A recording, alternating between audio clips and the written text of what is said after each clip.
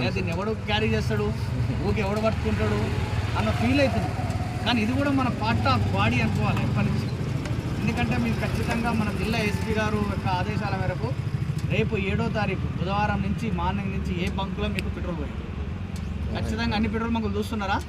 అందరు petrol bunk ఓనర్లతో అక్కడ ఉన్న మేనేజర్లతో హెల్పర్లతో మీటింగ్ పెట్టడం జరిగింది. సీరియస్గా వార్నింగ్ ఇచ్చింది.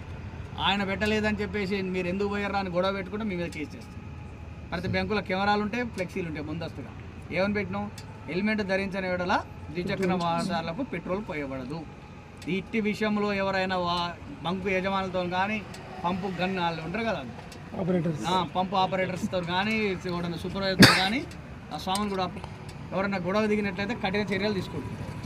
ఎవిడెన్స్ అంతా ఉంటుంది. ఎందుకంటే బంకులో ఏ బంకులో సీసీ కెమెరా లేని బంకు ఉండదు. చూడండి, వాళ్ళతో గొడవ పడకండి, వాళ్ళకి సహకరించండి, పోలీసు వాళ్ళు చెప్పిన నియమాలు పాటించండి. ఇది మీకోసమే, మా ఇంట్రెస్ట్ ఏం లేదు. ఖచ్చితంగా ప్రతి ఒక్కరు హెల్మెట్ క్యారీ చేయండి.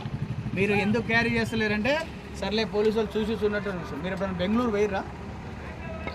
బెంగళూరులో ఎట్లుంటుంది? విన్నాను సార్, ఇద్దరికి బైక్ మీద ఉన్న ఇద్దరికి కూడా రైడర్ కూడా పెట్టుకుంటారు. ఈమె ఉన్నది అనుకో, ఈమె కూడా పెట్టుకుంటారు. ఇద్దరు పెట్టుకుంటారు. పెట్టుకోకపోతే ఫైన్. ఎట్లుంటాయి ఫైన్లు? 1000-2000 వేసేస్తారు, నిలబెట్టి కట్టిస్తారు. చెయ్యాలంటే ఏమంటారు చెప్పనా? ఈయన ఏమంటాడు, నేను ఆర్టీసీ డ్రైవర్ని సార్ అంటాడు. ఆయన ఇప్పుడు ఎలక్ట్రిసిటీ ఆయన ఎలక్ట్రిసిటీ నేను చెప్పేది అంటే మేము ఎమర్జెన్సీ సర్వీస్ సార్ అంటాడు. ఇంకొక ఆయన ఏమంటాడు, నేను పొద్దున్నాక పనికి పోయేస్తున్నా, నాకు పొద్దున్నా కష్టపడితే వచ్చేది 500. వాళ్ళు దీంట్లో మీరు